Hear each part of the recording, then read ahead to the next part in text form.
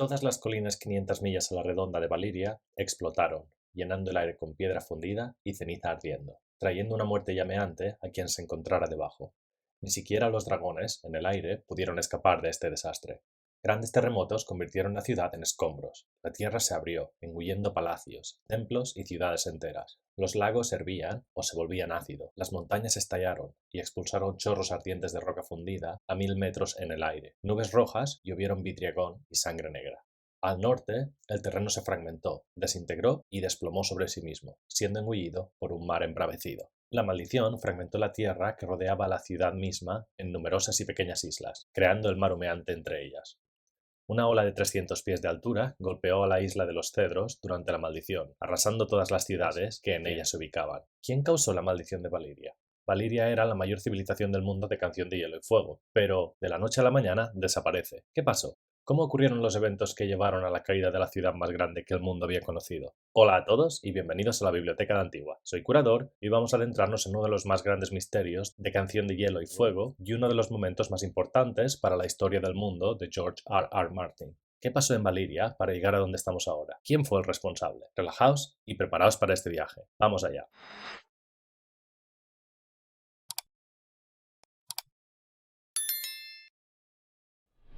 Para saber quién causó la maldición de Valiria, vamos a repasar la historia del feudo, quiénes eran y cómo vivían. Valiria comenzó siendo una civilización menor de pastores, que vivían en las 14 llamas, una cadena de volcanes en la península Valiria. Esta civilización no era demasiado destacable, hasta que descubrieron los dragones en las 14 llamas. Se cree que su conexión con la magia viene de los volcanes. Los valirios emplearon los servicios de piromantes para apaciguar a los volcanes, y así consiguieron construir la ciudad de Valiria. Aprendieron a dominar y montar a los dragones, aunque cómo lo hicieron sigue siendo un misterio. Si miramos de cerca, se dice que el cuerno de dragón Atadragones, en posesión de Euron Ojo de Cuervo, vino de las ruinas de Valiria, y Daenerys Targaryen nos dice en la Danza de Dragones. Los señores de los dragones de la antigua Valiria habían controlado sus monturas con hechizos vinculantes y cuernos embrujados. Pero esto es especulación, al menos por ahora.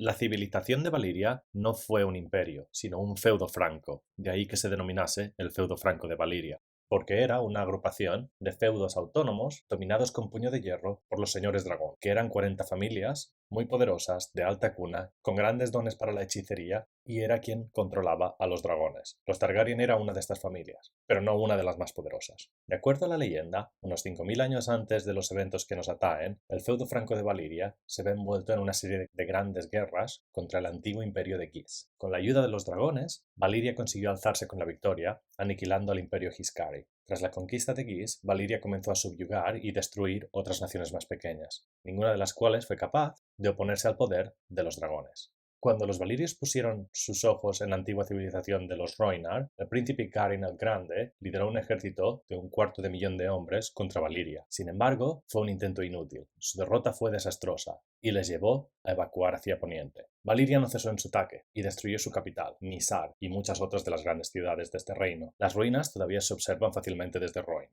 Cuando la princesa guerrera Nymeria, la inspiración de Arya para nombrar a su lobo Wargo, vio que todo estaba perdido, convenció a las ciudades-estado de Rhoyne de huir a través del mar Angosto. Se dice que lideró 10.000 naves desde el Mar del Verano hacia el oeste, hasta llegar a Dorne. Los bardos cantan que sus 10.000 barcos estaban llenos de mujeres y niños, sugiriendo que todos o la mayoría de los hombres en edad de combatir murieron en el conflicto con Valiria. En la cima de su poder, el feudo franco de Valiria abarcaba casi todo el continente de Essos. Una de las pocas ciudades que los valirios no fueron responsables de construir y de fundar fue la ciudad libre de Bravos. Una de las características más controvertidas pero también definitorias del feudo fue que los valirios mantenían una gran cantidad de esclavos trabajando en las ardientes minas bajo las 14 llamas, buscando oro y plata. Las revueltas de los esclavos eran comunes debido a las pobres condiciones, ya que muchos de ellos morían de horribles quemaduras provocadas por las minas, pero los valirios mantenían a raya estas situaciones gracias a sus hechizos y sus dragones. Su poder estaba más allá del alcance del resto. Los valirios aseguraban ser descendientes de los dragones, y se cree que los señores de dragón cometían incesto, como continuarían haciendo más tarde los Targaryen en Poniente, para mantener la línea de sangre pura. Esto puede tener más de verdad de lo que puede parecer, pero este tema lo dejamos mejor para otro día. La genética de los Targaryen necesita su propio vídeo. Nadie podía evitar que los valirios hiciesen cualquier cosa que se propusiesen, así que durante tiempos de guerra los valirios tomaban prisioneros y los hacían esclavos, mientras que en tiempos de paz los obligaban a reproducirse para crear más esclavos.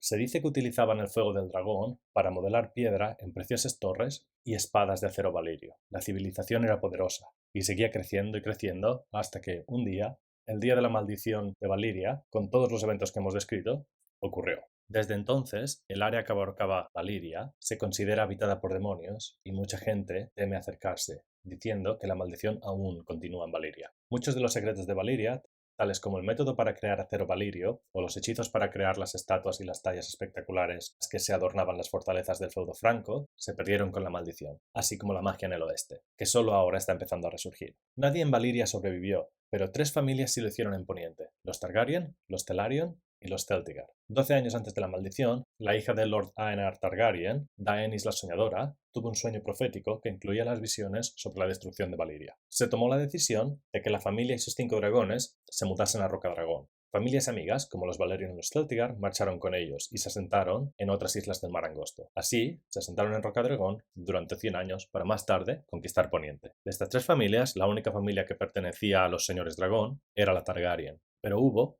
un superviviente más de los señores dragón, Aurion. Aurion se encontraba visitando Quor cuando se inició este cataclismo. Cuando se enteró de lo sucedido, se dice que se proclamó el primer emperador de Valiria y se puso a reclutar un ejército. Llegó a tener una hueste de 30.000 hombres unidos a su dragón, con la que pretendía reclamar Valiria y establecer su imperio. Partieron hacia las tierras de Valiria y nunca más se supo de ellos. En Festín de Cuervos, 400 años después de la maldición de Valiria, se nos dice: todos los presentes sabían que la maldición imperiaba todavía en Valiria. Allí, el mismísimo mar hervía y humeaba, y los demonios dominaban las tierras. Se decía que el marinero que divisara las montañas de fuego de Valiria, por encima de las olas, moriría pronto, y la suya sería una muerte terrible. Euron Ojo de Cuervo dice que él ha estado en Valiria, y que allí es donde encontró el cuerno de dragón atadragones, pero puede que mintiese. Yo creo que el cuerno fue un regalo. En algún momento entraremos en este tema. Pero volviendo a la pregunta inicial, ¿qué causó la maldición de Valiria?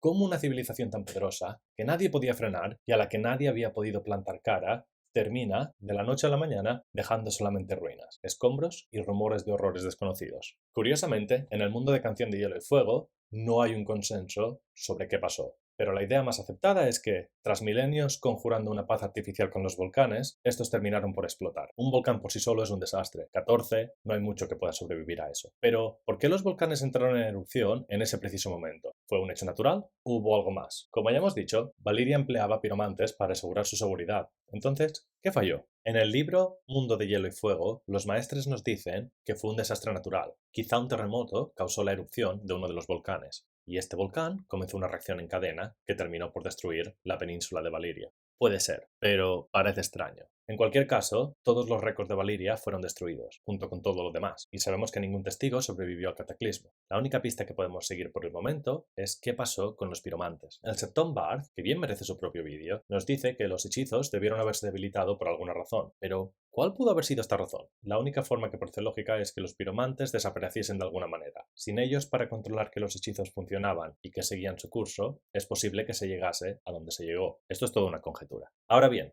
Arya se une a los hombres sin rostro y el hombre bondadoso le cuenta cómo se iniciaron. La historia de nuestros comienzos. Si vas a ser uno de los nuestros, tienes que saber quién somos y cómo hemos llegado a serlo. La gente habla en susurros de los hombres sin rostro de bravos, pero somos más antiguos que la ciudad secreta. Antes de que se alzara el titán, antes del desembarcamiento de Útero, antes de la fundación, ya existíamos nosotros.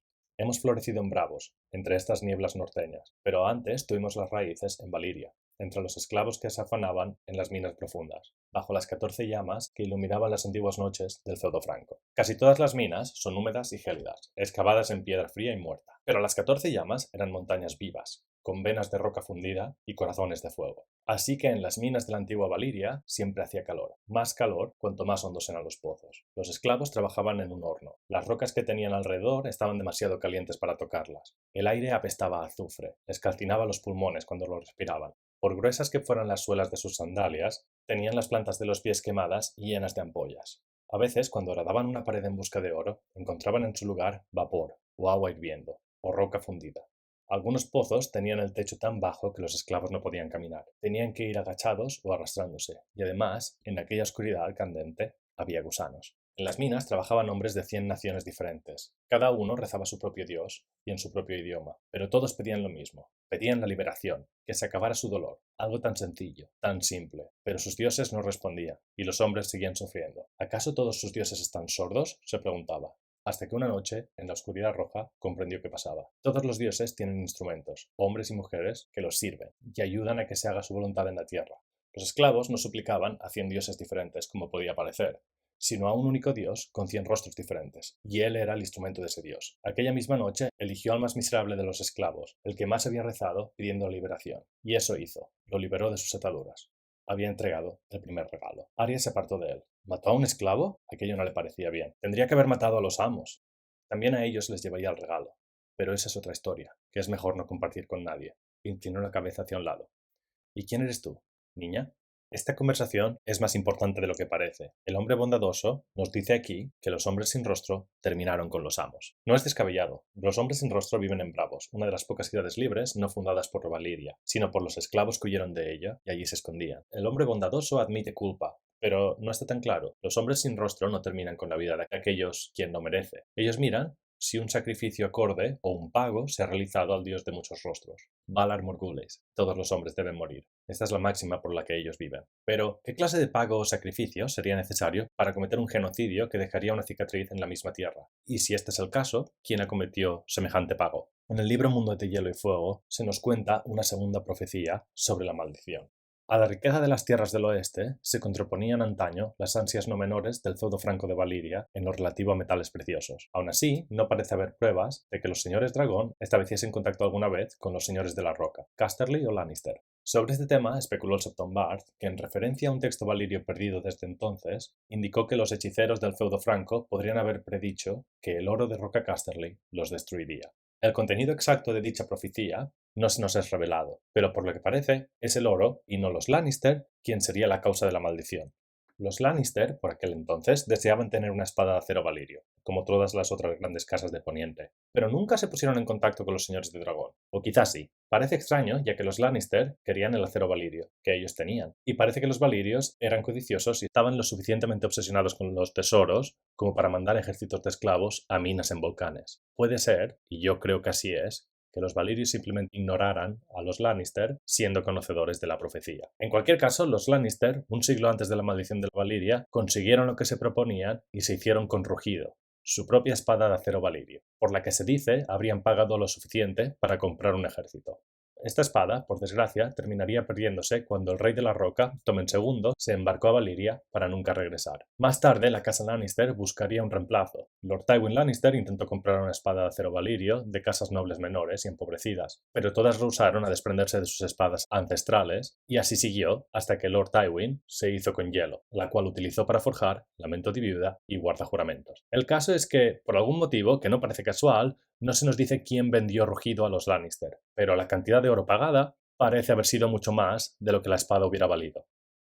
Las 40 familias de los señores dragón vivían en un continuo conflicto político para acumular más y más poder, y se nos dice en Mundo de Hielo y Fuego que en ocasiones se cometían asesinatos entre estas familias. Esto trae un problema. Muchos de los piromantes que mantenían los hechizos en los volcanes eran parte de estas familias. Si se eliminaban los suficientes piromantes, pero ¿quién podría haber asesinado a los señores dragón? La respuesta es clara: los hombres sin rostro. Sabemos que son expertos asesinos y que son muy caros, y también sabemos que no tenían demasiado cariño a los señores dragón y a Valiria en general, pues descendían de sus esclavos natos. Los valirios podrían haber pagado su propia maldición sin saber lo que estaban haciendo. A mí esto no me termina de cuadrar, porque completamente ignora la profecía sobre el oro de los Lannister. Entonces, si no fueron ellos mismos, ¿quién pudo haber sido? Sabemos que los Targaryen fue la única familia de los señores dragón que sobreviviría al cataclismo. ¿Es posible que huyesen no por un sueño profético, sino porque sabían lo que venía? Ellos eran una casa menor y, tras estos eventos, terminaron por ser reyes de Poniente, y una de las dinastías más poderosas que Poniente había visto jamás. De nuevo, esto trae un pequeño problema. Aún no sabemos de dónde vino Rugida, la espada de los Lannister, ni quién la forjó. Sabemos que esta espada no fue forjada por los valirios, o al menos, si ellos la forjaron, no la vendieron a los Lannisters, ya que tenían miedo de lo que podía pasar. Pero hay un grupo que tenía el suficiente acero valirio y el conocimiento para haber creado esta espada. Necesitaban el acero valirio para forjar eslabones que utilizaban para forjar las cadenas que marcaban su orden, los maestres. Los Lannister llevaban años intentando obtener una espada de acero valirio que los señores dragón no procuraban. Es posible que, por un precio mucho mayor de lo que se supondría normal, los maestres forjasen esta espada para ellos. Pero si fuese así, ¿para qué querían el oro? Sabemos que los maestres no aprecian la magia. Puede ser que los maestres estuviesen detrás de la caída de los dragones, tras la danza de dragones. Y el maestre Marwyn nos dice que fueron ellos quien terminó con los dragones la primera vez. La primera vez se considera la maldición de Valyria. Podéis ver más sobre esto en el link en la pantalla. Entonces, ¿es posible que los maestres, queriendo terminar con la magia en el mundo, conjurasen un plan para acabar con Valyria? Sí, es posible. Y además, yo creo que es más que probable. Pero, ¿qué creéis vosotros? ¿Fueron, como creo yo, los maestres quien, en su intento de crear un mundo sin magia, terminaron con Valyria? ¿O fueron los valirios quien, centrados en sus tramas para obtener más poder, olvidaron asegurarse que mantenían las 14 llamas y pagaron por su propia ruina? ¿O fueron los Targaryen quien pagaron para terminar con la competencia, creando su legado cometiendo un genocidio de dimensiones sin precedentes? ¿O quizá fue Aurion quien cometió el vil acto para ganar la guerra política y así proclamarse emperador? O quizá fue algo completamente diferente. Gracias a todos por escucharme. Si queréis ayudar al canal para que podamos generar más contenido de este tipo, lo mejor que podéis hacer es darle a suscribir y dejad un comentario con qué temas queréis que tratemos. Hasta pronto.